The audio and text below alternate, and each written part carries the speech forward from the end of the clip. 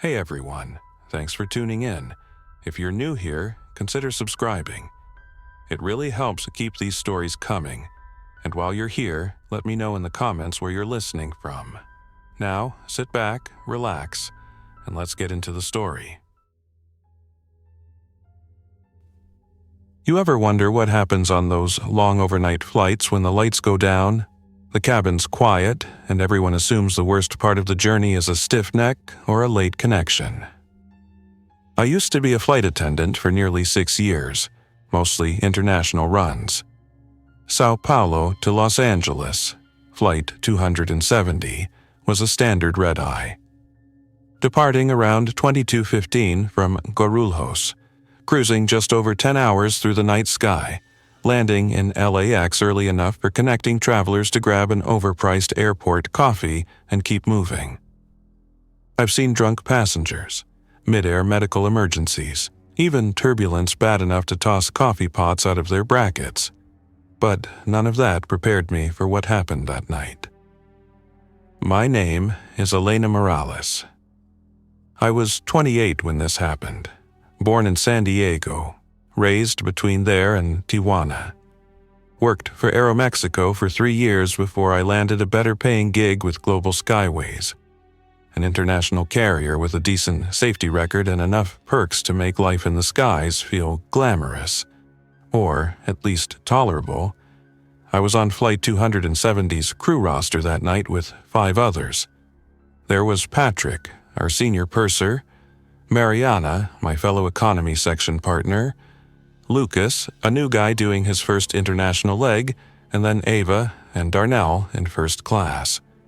Our cockpit crew was Captain Roy Nystrom, a 20-year veteran, and First Officer William Bill Vickers, ex-Navy, sharp as a tack. There were 183 passengers on board, every seat full. We had a mix of tourists, business people, families, and solo travelers. Pretty normal, except for the guy in 1A. He boarded late. Sweating heavily, sunglasses on even though it was nearly 10 p.m., he handed over his passport, Venezuelan, and boarding pass without speaking. Ava said he barely made eye contact, just grunted and settled into the plush leather seat, covering himself with a blanket before takeoff. No checked bags, no carry-ons. Nothing that stuck out. But you'd be surprised how often rich types try to fly under the radar. Takeoff was smooth. We hit cruising altitude at 36,000 feet somewhere over Bolivia. The cabin lights dimmed. Passengers settled in. I started the service rounds with Mariana. Beverages, meals, the usual. And by 1:30 UTC, most of the cabin was asleep or watching movies. At 2:47 UTC, Ava buzzed the intercom in the galley. Her voice was tight, urgent. "Elena, can you come forward a sec?" I looked at Mariana, who raised an eyebrow but kept sorting coffee cups. I made my way past the snoring rows of economy toward the first-class curtain. Ava met me just outside the lavatory. "I think something's wrong with 1A," she whispered. "Wrong how?" He was shaking. Then he just stiffened. Didn't respond when I asked if he was okay. His skin's cold, clammy. I tried to take his pulse, but she didn't need to finish. I followed her back to the seat. The man was slumped, mouth slightly open, eyes rolled back. I knelt down to check for a pulse. Nothing. Patrick came up seconds later, alerted by Ava's earlier call. We've been trained for this. Mid-flight deaths aren't common, but they happen. Heart attacks, strokes, even DVT-related pulmonary embolisms. We have procedures. Cover the body, notify the captain, secure the area. But as I reached for the emergency medical kit under the seat, the man moved. Not a twitch, a violent lurch. His body jerked upright like a puppet being yanked by invisible strings. His head turned fast, too fast, and his mouth opened wider than I thought humanly possible. His teeth, Jesus, they weren't normal, jagged, cracked. And then he bit Ava, right on the neck. There wasn't time to scream. Not really. She gasped, stumbled back, and blood sprayed across the first-class cabin wall. Patrick grabbed the man and tried to pull him off, but the passenger was unnaturally strong. He shoved Patrick hard into the bulkhead with a sound like a sack of meat slapping concrete. I hit the call button for the cockpit and screamed into the intercom. "Medical emergency in 1A. Lock the cockpit." The cockpit didn't respond. Not right away. The next 3 minutes were chaos. Ava was on the floor, blood pouring from her neck, twitching. The passenger was snarling, gurgling, his eyes wild. We restrained him with a seatbelt extender and handcuffs, but it took 3 of us and he didn't stop trying to bite. Darnell secured Ava's wound with gauze from the first aid kit, but we both knew it was bad. Arterial. She was going into shock. Then the cockpit door opened. Captain Nystrom stepped out. His uniform was rumpled. His eyes were red. Behind him, First Officer Vickers was slumped in his chair, blood on the control panel. "Bill collapsed," the captain said hoarsely. "Something's wrong. I think he bit me." His hand clutched his side. I saw it. Torn fabric, deep gash in his ribs. That was when I knew. This wasn't a heart attack. This wasn't food poisoning. This was something else, something worse. Patrick and I helped Captain Nystrom back into the cockpit, using the emergency override to seal the door once we were out. If the flight crew was infected, we had a nightmare on our hands. Mariana, who'd come forward by then, stared at me, pale. "What's going on, Elena?" "I don't know," I said, "but we need to secure the cabin, right now." We herded the remaining crew, Lucas, Darnell, Mariana, into the rear galley, locked the service doors, turned off the passenger call buttons, and waited.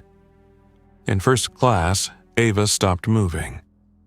5 minutes later, she stood up again, and then she attacked. From our vantage point near row 20, we could hear it.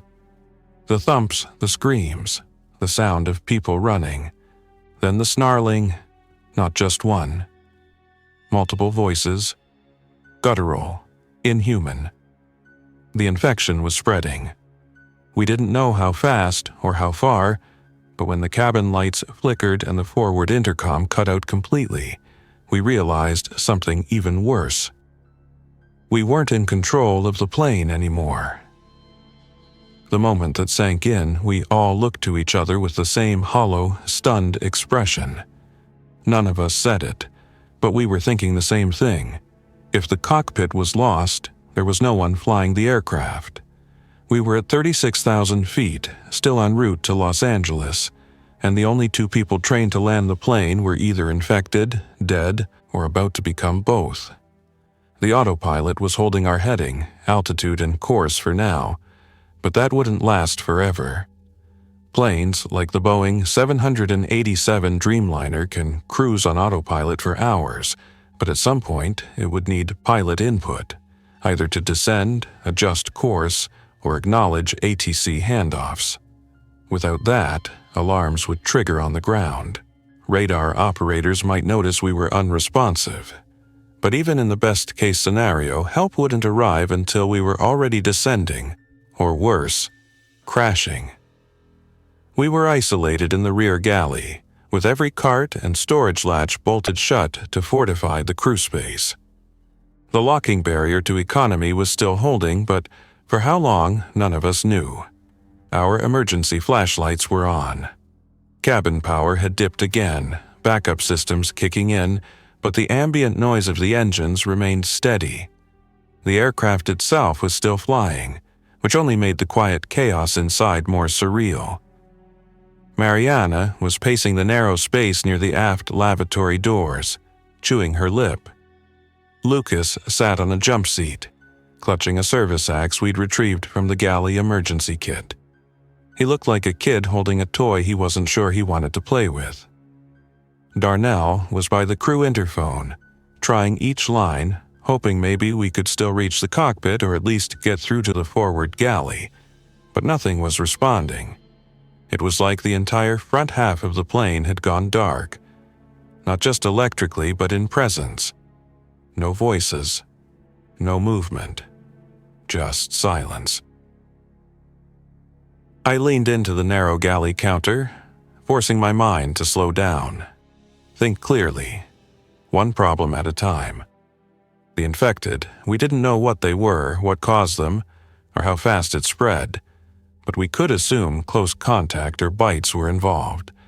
That was the only common thread so far. Ava had been bitten and turned within minutes.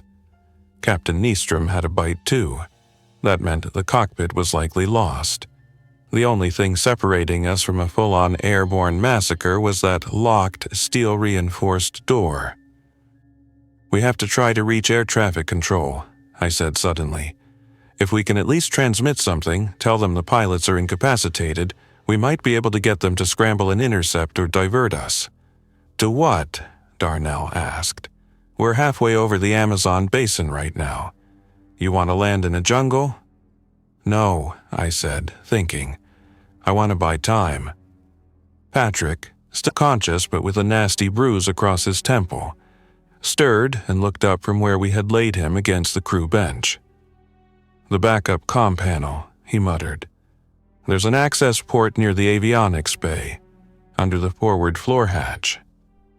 He was right. The E and E bay, electrical and electronics compartment, was beneath the cockpit, behind a secured floor panel. It housed backup avionics, oxygen tanks, and secondary comms equipment. Technically, it was off-limits to flight attendants during flight, but in emergencies, protocols flex. "I'll go," I said. "If the forward galley is compromised, I can still reach the E and E bay through the service corridor behind the bulkhead." Mariana grabbed my arm. "You go up there alone. You might not come back. What if they're waiting in the aisles?" "They probably are," I admitted. "But I can move quietly, stay low, use the underbin crawl space. I know the layout. If I can get to the hatch, I'll use the comms panel to send an emergency code." Lucas stood, gripping the axe. "I'll go with you. If something's up there, I can buy you time." I didn't argue. We gathered what little protection we could. A fireproof blanket wrapped around my back like a cape. A first aid scissors clipped to my belt, and Lucas's axe. Darnell used a food cart to brace the cabin divider while Mariana helped us climb over the locked service panel. We emerged into the darkened economy cabin, the only light coming from flickering seatback screens and emergency aisle LEDs. It was eerie. Rows of passengers still buckled in, but most were slumped forward or leaning to the side unnaturally. Some seats were empty, others were soaked with dark patches. The air smelled coppery, humid. Somewhere up ahead, we heard a metallic thud, then a dragging sound, then nothing. We crept forward, staying along the starboard aisle near the windows.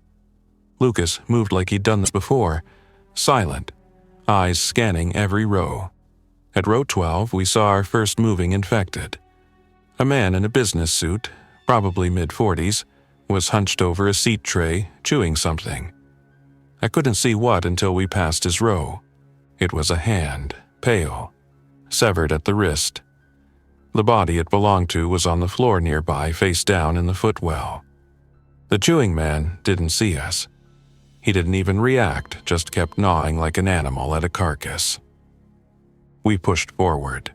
First class was destroyed. Seats overturned, curtains shredded, blood everywhere. Ava's body was gone. So was the man from 1A.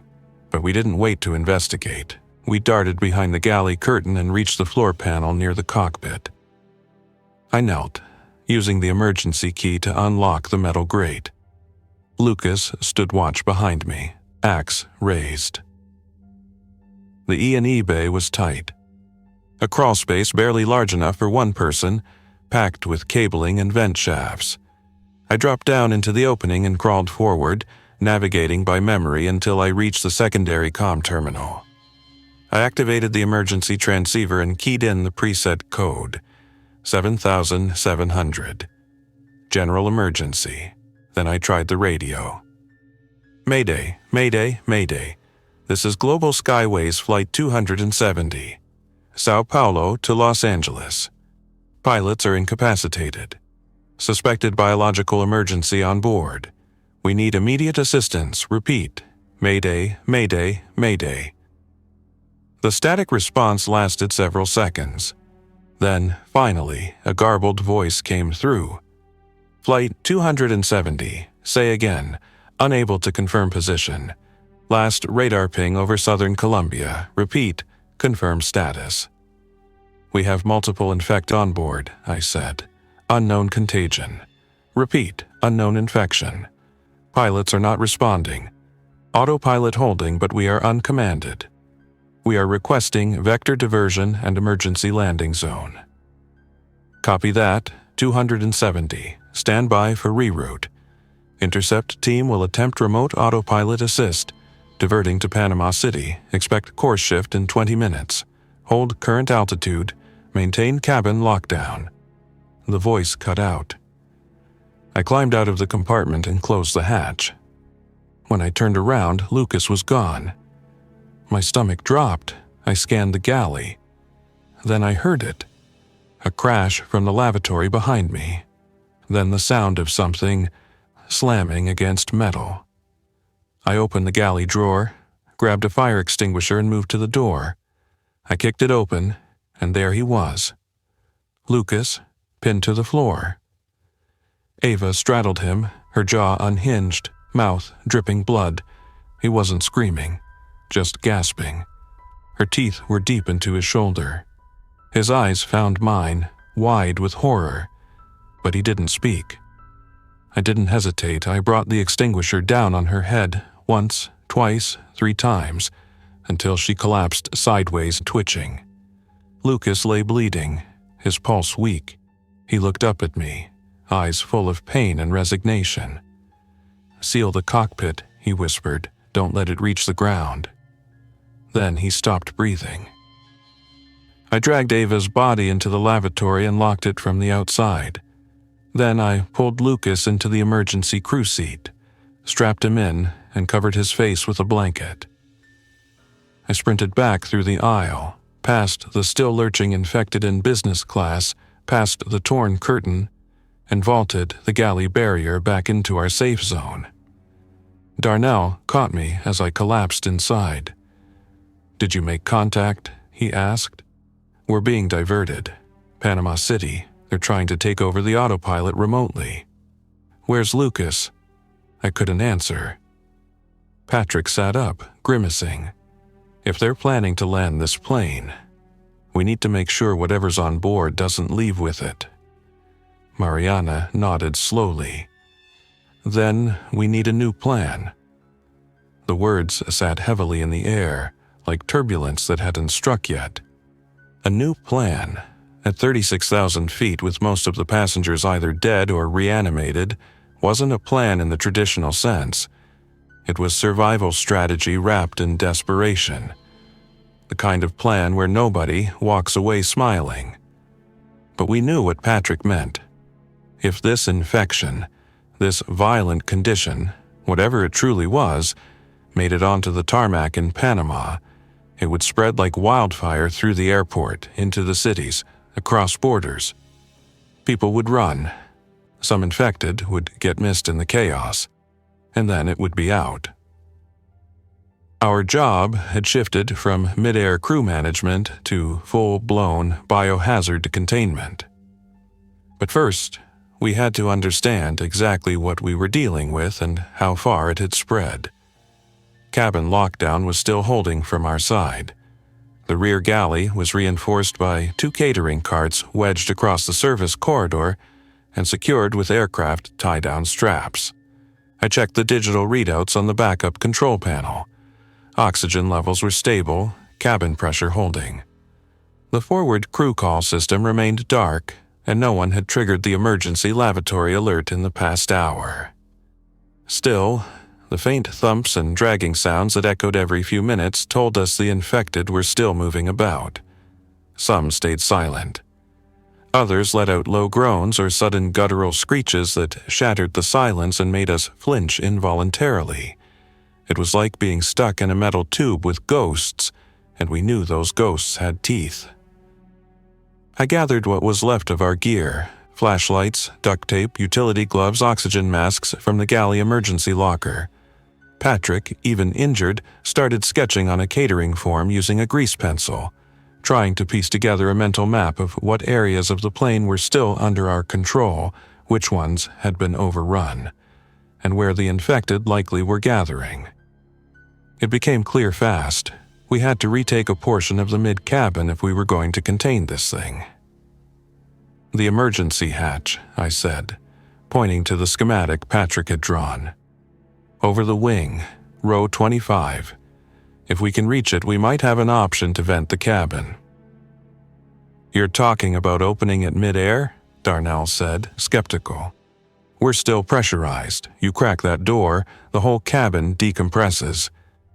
"I'm not talking about now," I said. "But if they try to land us, and we lose control of the plane, we need a way to make sure no one gets out." They all stared at me. None of us liked the idea. The emergency overwing exits aren't designed to open during flight. At this altitude and pressure, they're essentially sealed by the atmosphere itself. But if we were descending, say below 10,000 feet, and the cabin was depressurized, then those doors could be opened manually. It would be fatal to anyone inside. But maybe that was the point. It wasn't about saving who was left. It was about making sure what was left didn't spread. Patrick laid back again, sweat glistening on his brow. His wound was worse than he was letting on. The impact against the bulkhead might have cracked a rib or two, and we only had a limited supply of painkillers and gauze. Mariana and Darnell rigged a makeshift pressure dressing using a headrest cover and a packet of instant ice gel meant for ankle sprains. While they worked, I used the rear crew tablet, typically for service orders and inventory tracking, to pull up the live system status. Miraculously, the aircraft's primary systems were still being fed data from the autopilot. Speed 510 knots, altitude holding steady at FL 360, external temp minus 52 degrees Celsius. But there was something else. A course correction alert. We were shifting northeast. The system labeled it Remote ATC Vector, EMPTO Approach. We were on final approach to Tokumen International Airport. Estimated arrival 38 minutes. The gravity of that hit hard. We didn't have hours to plan. We had less than 40 minutes before this flying tomb would be wheels down in one of the busiest airports in Central America. Once the doors opened, if even one infected escaped, one scratch, one bite, that would be the spark. I set the tablet down and looked at Mariana. "If we're going to stop this, we need to seal the forward half of the plane, completely, before we start descending." She blinked. "How?" "The service hatch bulkhead in business class," I said. "If we can get there, we can collapse the ceiling panels and jam them between the galley and the lavatory wall. It won't hold forever, but it'll give us time. We funnel them forward, trap them in the cockpit section, and keep them there until we hit the tarmac." Darnell frowned. "And if they break through early?" "Then we use the wing hatch," I said. "We open the door at low altitude, let cabin pressure equalize, then blow the bastards out." The idea was insane, risky, maybe even suicidal, but nobody had a better one. We spent the next 10 minutes gathering supplies. We fashioned arm guards out of galley trays and safety harnesses, wrapped our arms and legs in layers of airline blankets and duct tape. Not bite-proof, but maybe enough to buy a second or two if things went bad. I took the axe. Darnell carried a pry bar. Mariana held a fire extinguisher like a battering ram. We breached the rear galley blockade at 2:13 UTC. The cabin ahead was darker than before. Whatever emergency lighting remained flickered sporadically.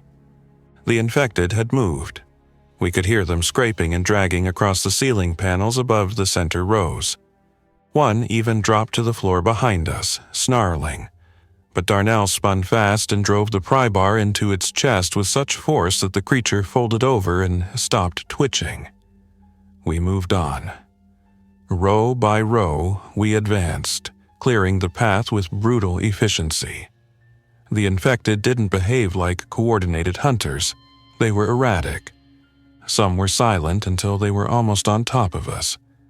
Others howled as soon as they saw movement, lunging clumsily over seat backs or crawling through overhead bins like oversized vermin.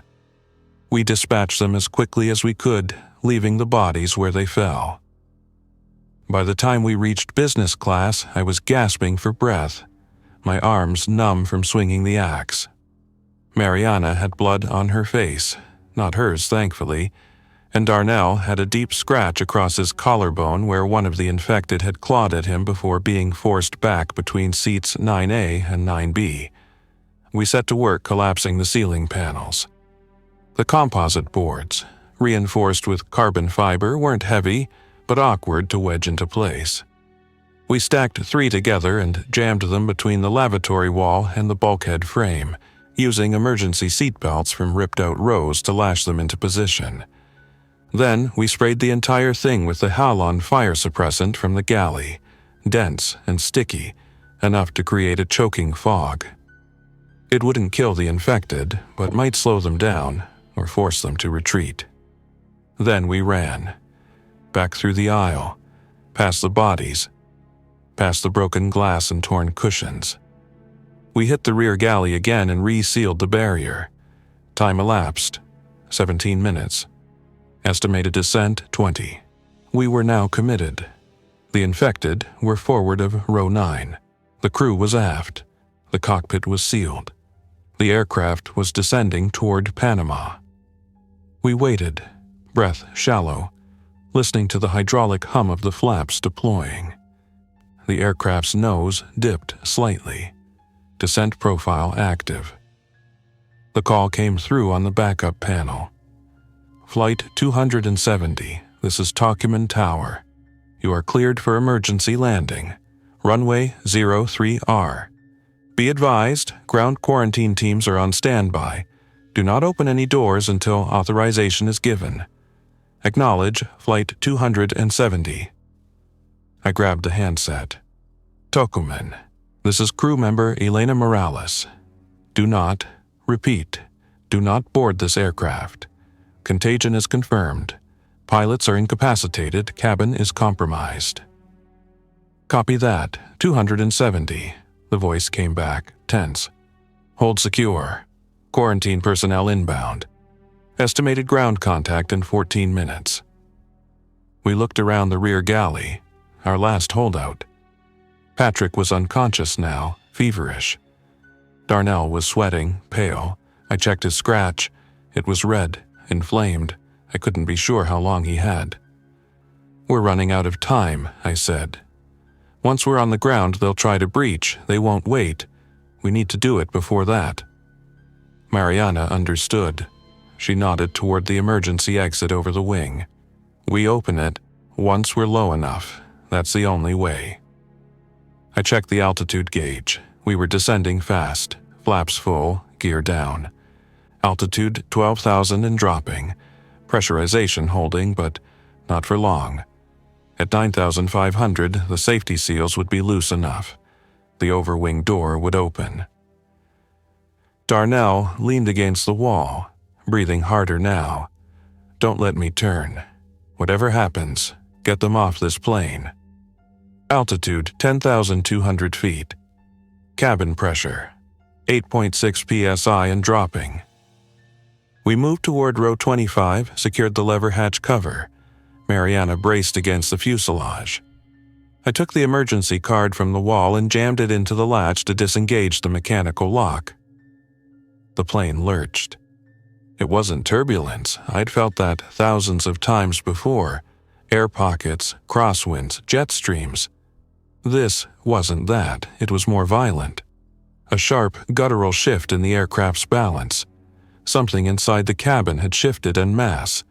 A weight redistribution. Too many bodies suddenly moving in the same direction. toward us. The infected were charging. Behind us, down the aisle, we could hear the unmistakable sound of seat backs crashing forward, tray tables snapping off, plastic cracking under force.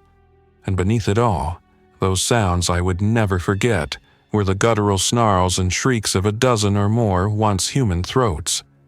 They were no longer trying to stalk. They were rushing us now, either out of instinct or some final surge of aggression before touchdown. Maybe they knew. Maybe they understood that this was their last chance to get off the plane. The overhead lights flickered as the power transitioned to landing mode. The aircraft had descended to 9,300 feet. Cabin pressure had dropped to around 8.2 psi.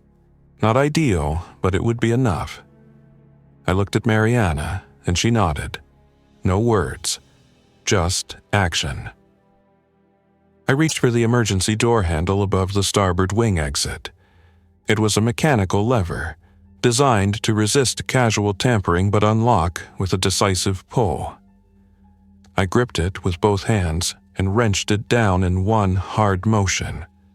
There was a moment of resistance, followed by a pneumatic pop as the seal broke.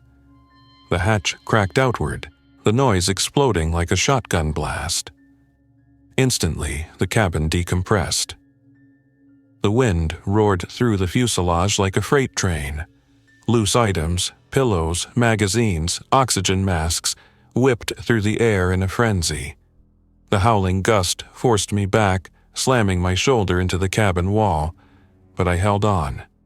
Mariana grabbed the bulkhead rail with one arm, anchoring herself while she screamed something I couldn't hear. And then behind us, the first infected appeared. A woman in a torn business suit, face bloodied, lips shredded into something grotesque, came barreling down the sile. Her movements were unnatural, limbs flailing as if pulled by an unseen force. Her feet didn't quite land evenly. She was fast, too fast. Others followed, at least 6 of them, each one soaked in red, eyes blazing with mindless hunger. The decompression did nothing to slow them. I braced and swung the axe as the first one lunged. The blade caught her in the clavicle, burying deep with a sickening crunch, but she didn't stop. She kept coming, shrieking, mouth open wide. Mariana launched forward, ramming the fire extinguisher into her head with a crack that finally sent the creature sprawling. Its body tumbled backward into the aisle. Then the cabin pressure did the rest. Like a vacuum hose clearing a blockage, the rushing wind gripped the body and yanked it toward the hatch. Her limbs flailed for purchase, then she was gone, sucked out into the sky. The others didn't hesitate. They climbed over seats, tripped over bodies, some crawling along the floor as if their bones no longer mattered. We fought them off with everything we had. The axe, the extinguisher, even our fists. Each one we hit fell back and was pulled toward the howling aperture, limbs thrashing as they vanished through the hatch and into the freezing air above the jungle. One of them, an older man, shirtless, eyes glassy, latched onto Mariana's leg as he went down. The pull was too strong. She slipped, screamed, tried to hold on to the seat back, but the grip of the wind was relentless. I dropped the axe and lunged, catching her wrist just as her feet left the ground. The infected man was already airborne, his body spinning out of the cabin like a rag doll. Mariana was next. Her boots slammed into the edge of the hatch as the airflow tried to wrench her through the hole. I held on with everything I had, one hand gripping the edge of seat 26A, the other wrapped around her wrist. The force was unbearable. It felt like my shoulder was being pulled from its socket. My fingers began to slip. My lungs burned. We were 10 seconds from both being torn out of the aircraft and scattered across the jungle canopy. Then Darnell appeared. Out of nowhere, bleeding, limping, eyes wild. He threw his full weight onto my back. anchoring us all with his last ounce of strength. His foot hooked the galley rail as he drove his arms around my waist. Together, the three of us formed a makeshift human chain, defying gravity and death by inches. With one final heave, I dragged Mariana back into the aisle. We collapsed in a heap as the last of the infected was sucked through the open hatch. The wind was still howling, but the threat was gone. The cabin behind us was empty, save for the unmoving bodies of those who never turned. The emergency hatch hung open, flapping slightly in the slipstream, trailing streamers of seatbelt fabric and shredded paper into the clouds. Altitude 6,800 feet. The descent was steady. The aircraft was gliding in perfectly under autopilot. But we were broken. Darnell was lying on his back, pale, his shirt soaked in sweat and blood. He smiled at me faintly, then closed his eyes. Mariana leaned against the bulkhead, her body shaking, hands trembling as she wiped blood from her face. I couldn't tell if she was injured. Maybe we'd gotten lucky, maybe we weren't infected, but luck wasn't something I trusted anymore. The cabin intercom crackled back to life. A voice, firm, calm, official. "This is Tokuman Tower to Flight 270. You are cleared for final descent. Quarantine teams are in position. Do not deboard. Repeat, do not deboard." I staggered to the rear handset and picked it up. "This is Elena Morales. Crew, cabin secure. Cockpit unresponsive, multiple infected neutralized. We have depressurized the aircraft. Only 2 crew left, 1 potentially injured, preparing for hard landing." There was a long pause. Then the voice returned, this time gentler. "Understood. Flight 270. Medical containment team standing by. Emergency crews have visual. You're on glide slope. Estimated touchdown in 3 minutes." I returned to row 25, secured the emergency hatch with the manual lever, and slammed the seal shut. The wind noise cut off instantly, replaced by an eerie vacuum stillness. We braced for landing, buckling ourselves into the jump seats and locking the shoulder harnesses tight. The runway was visible now through the starboard windows, sweeping past the jungle, the shimmering lights of Panama City glinting off the water below. The aircraft touched down harder than usual. No surprise, considering there was no human hand at the controls. The landing gear groaned. Tires squealed. But the Dreamliner held firm, decelerating with the aid of its automated systems and emergency reverse thrusters. Within moments, we were rolling down the tarmac, escorted on both sides by armored quarantine vehicles. The plane finally stopped near a remote service apron, far from the main terminal. I saw men in full hazmat suits approaching, their visors reflecting the blinking red navigation lights. They were armed, not just with containment equipment but automatic rifles. I stood, my knees wobbled. Mariana joined me. We moved to the aft service door, unlocked the external handle and opened it slowly. The first thing I saw was the barrel of a rifle. "Step back," a voice said. "Hands visible. Move slowly." We raised our hands. Light flooded the galley as the containment team swept in. We were ordered to lie down, separated, scanned for injuries. They asked us for exposure details, bite marks, broken skin. I answered every question truthfully. Mariana did the same. Darnell was removed on a stretcher, his fate uncertain. Patrick was unresponsive but breathing. We were transferred into separate isolation pods and rolled into the quarantine transport vehicles. As they closed the rear door behind me, I saw the aircraft one last time, parked alone in a field of concrete. Its engines winding down, wings streaked with blood and dirt. The cabin lights were still flickering. Somewhere inside in the sealed cockpit, Captain Roy Nystrom was still slumped in his chair, the first to fall. And now, hopefully, the last. Thanks for listening. If you enjoyed this story, don't forget to like and subscribe. Your support keeps these creepypastas coming. Until next time, stay alert, stay safe, and never ignore the feeling that something is watching.